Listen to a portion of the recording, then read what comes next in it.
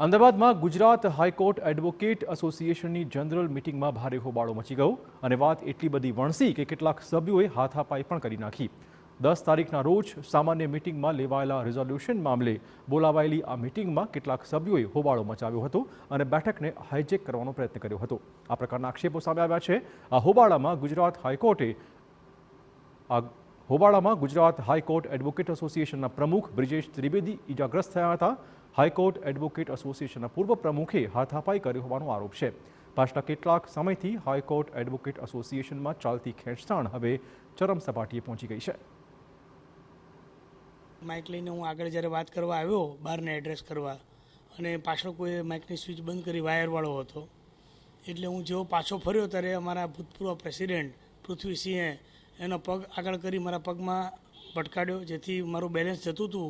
એ દરમિયાન હું બેલેન્સ મેળવવાનો ટ્રાય કરતો ત્યારે એણે હાથેથી ધક્કો માર્યો। મને જમણા પગ પર પછડાટ પણ વાગ્યો છે અને અત્યારે પ્રમાણમાં થોડું દુખે છે, બહુ એટલી બધી ઇન્જરી નથી, પણ જે અચાનક આ રીતે જો પબ્લિક મિટિંગમાં ગુજરાત હાઈકોર્ટ જેવા મોટા ઇન્સ્ટિટ્યુશનમાં આ હદે થઈ શકતું